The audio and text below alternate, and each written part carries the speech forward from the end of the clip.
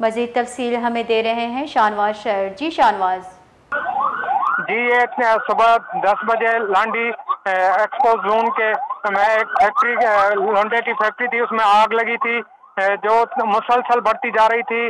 Rescue की जानिब से आग बुझाने की कोशिश की जा रही थी। 1122 की फायर ब्रिगेड और दूसरी जो है वो फायर ब्रिगेड रेस्क्यू कर रही थी। अभी अभी ये वाक़या पेश आया कि जिस फैक्ट्री में आग लगी थी वो 5 मंजिला फैक्ट्री थी, वो बहुत जमी बोस हो गई है, जिसमें ये रेस्क्यू के अमलदार थे, आग बुझाने वाले, फायर ब्रिगेड फायर वो भी 5 से 6 जो हैं वो जख्मी हुए हैं। उनको अभी हॉस्पिटल मुंतकिल किया गया है। जी है वो उसमें फैक्ट्री में और कितने लोग थे, क्या उनको रेस्क्यू किया गया है? जी जैसे ये आग लगी थी तो जो अमला था वहाँ फैक्ट्री में, उसको फौरी तौर पर रेस्क्यू करके बाहर निकाला गया था।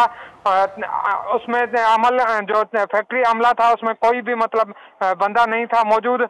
ये जो जख्मी हुए हैं वो फायर ब्रिगेड ने आग बुझाने वाले अमला था, वो जख्मी हुआ था। जी जी बहुत बहुत शुक्रिया।